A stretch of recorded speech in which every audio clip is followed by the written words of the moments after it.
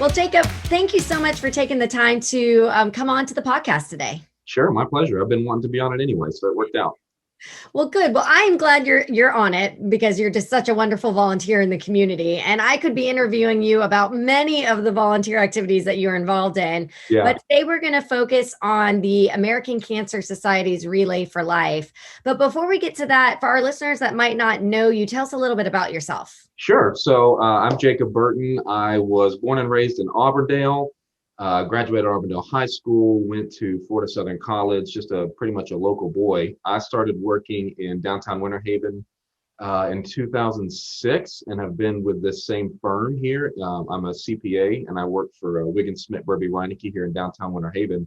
And I've been in this location for 15 years now. So it's been really cool to watch Winter Haven grow, and especially the downtown area. And then it was really not until about 6 years ago that I really decided to start being involved and understanding what community meant. So it's really, really awesome, and I'm excited. Well, good. And so this year, Relay for Life is being held on July 16th. Hmm. And it's actually an indoor event this year at Venue 650. Yeah, And your family are the honorary chairs of this annual fundraising event for the American Cancer Society. right. So tell us a little bit about Relay for Life and how you got involved in this. Yeah, yeah, absolutely. So as most people do know, but for those of you who don't, my wife Jessica passed away last year from cancer, and through our journey, we had been involved with several different things, and there were several different organizations who did amazing things for us, and one of them was the American Cancer Society because their biggest thing is they are the second largest funder of cancer research next to the government.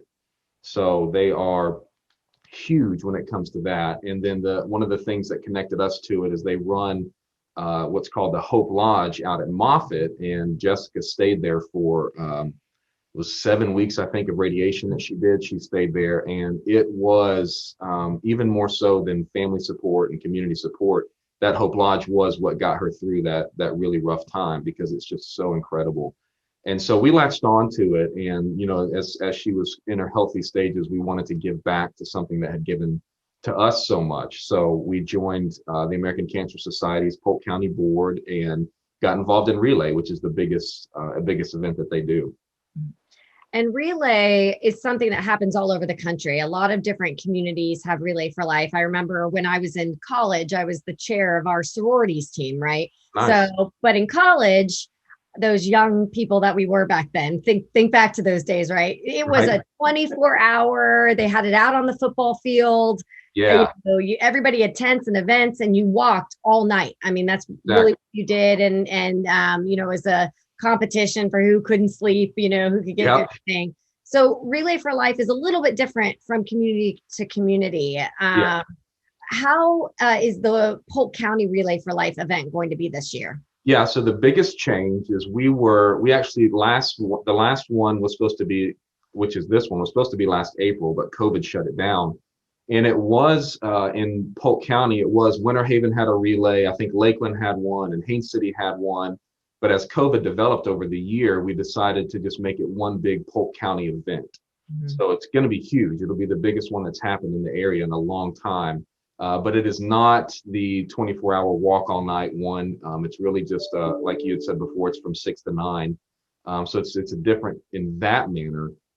But like you said, you're a captain of a team. That's one of the big things is team fundraising is the same as far as that goes. But no, it's not a walk all night thing like it used to be. Mhm. And it's air conditioned. And yeah, it used to be in Winter Havens used to be in Central Park here, Mhm. and now it's inside at Venue 650 this year, which is exciting too. I'm excited to see how that turns out. Well, and anytime we can host a countywide event in Winter Haven, we get excited Exactly. about that. Exactly. Yes, that was the biggest thing exciting to me. So, talk a little bit about obviously, as your family has been directly impacted by cancer and really the whole community, because both you and your wife are so involved in the community and everybody was really impacted by your family's journey. Right. But why is being involved in Relay for Life important to you? So, like I said, the connection we had as a family to it was what really drew our hearts in. And then as we drew into this organization and saw the different facets that they have a hand in helping people with cancer, whether you're currently going through and fighting it, whether you're a survivor, whether you're a caregiver, which was a term I had never really understood until I was one. But the resources are endless and the help is endless. And what they do to help the people fighting this horrible disease is so remarkable that we were immediately drawn to do as much as we could to help give back to something like that. So, as a community member listening to this that might not be familiar with Relay for Life or even the American Cancer Society, it's a household name, but not everybody can pinpoint exactly what they do. Right. How can they get involved in this year's Relay for Life event?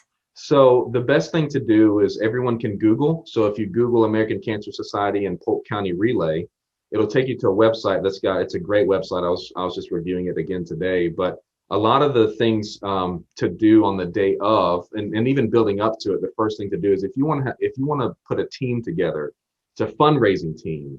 I think right now we have 12 fundraising teams, and we're up to about 54,000 of our $130,000 goal.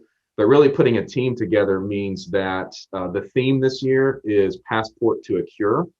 So you put a team together that's going to raise funds. However, we have teams that do all kinds of stuff. They host bingo, they do sales, they do all kinds of stuff. But you put a team together that raises funds, and then you pick a country. And at the event, your team sets up camp at the event. And this year, what we're having the teams do is kind of make almost a silent auction type basket about their country that will either be silent auctioned or what we're calling a chance drawing for tickets. But that's leading up to it and the biggest way to be involved. Otherwise, showing up at the event that night is one of the best ways to get involved because you'll be able to travel around the world to these different spots and see these teams and how they put their countries together. And then they'll have each team does something very different at their place to sell and raise more money. It all goes straight in to raising funds that night. But I know one of the biggest things to get involved, if you're in the community and you are a survivor, you are honored that night. That's one of the biggest things about this is we honor you as a survivor or a fighter, whichever one you are. And there's a big dinner. So there's a free dinner to any survivor that wants it. It's at 5 p.m. So it starts at 6. The dinner's at 5. And we're actually you can come to 650, venue 650 and eat, or you can drive up and we'll hand it to you in your car if you're uncomfortable with still being around people. Mm-hmm. But you can sign up by email or phone from the website there. You can see all that, sign up for the free survivor meal. Other than that, showing up at the event, there's going to be food trucks. I know there's 2 other ways to help that night. And one is new. Dunkin' Donuts here in town is sponsoring a dunk tank. And there's going to be several community leaders. I was trying to pull that up, but there's several community leaders who are going to be in the dunk tank that night, and you can pay to throw some balls and dunk them. Yeah, 2 that come straight to mind. Yeah, Dan Chesnica is going to be one of them. Steve Warner. Those are 2 that come directly top of mind. But yeah, exactly. Plenty of people that will be fun to get all wet and put in that. Yes, I will be lining up for that as well. But there'll be food trucks there, and the food trucks are giving a portion to American Cancer Society. And the other thing that we do that night is something called Luminaria. Mm-hmm. And it's a bag that you can write the name of the person and decorate it, whatever you want to do. And it comes with a little candle. And we're actually lining the courtyard at venue 650 with these to honor anyone who's passed from cancer. And I think it's like $5 for a bag, and all of that goes to American Cancer Society. But it's a really neat way to honor a loved one or a friend that's passed from cancer. And then they're also adding in a slideshow out there in the courtyard, so you can pay $5 and that loved one's picture will come up throughout the night. So that's a really cool way to honor someone who's passed on it. And that's really it. I know the biggest thing I wanted to get out there too is Facebook for this event is really the best way to get updates. Mm-hmm. And if you don't have that, the website's really good as well. Very good. So personally, having experienced the Relay for Life events in the past, and I know this year is going to be a little bit different. For me, the luminary part of the event is always the most touching and impactful, of seeing the names of everybody. Some people you know, some people you don't, but Right. recognizing those names. But is there a particular part of this event that you find most rewarding or most impactful? It is so different. Like I know one of the things we've done in the past is we have the big survivor walk at the Mhm. beginning. When we were in Central Park, we used to have this big survivor walk. So I think that's one of the biggest things I'm going to miss is seeing all these survivors, these fighters, these incredible people just get up and walk a block around the park just to show that they are fighters and they're incredible.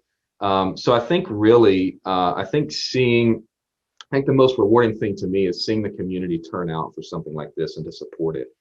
Even if you're not, like I admit that knowing about the American Cancer Society, I knew nothing before we were dealing with cancer, and I think that we as a team do a pretty good job of getting it out there in the community so people can know, hey, there's a way to help.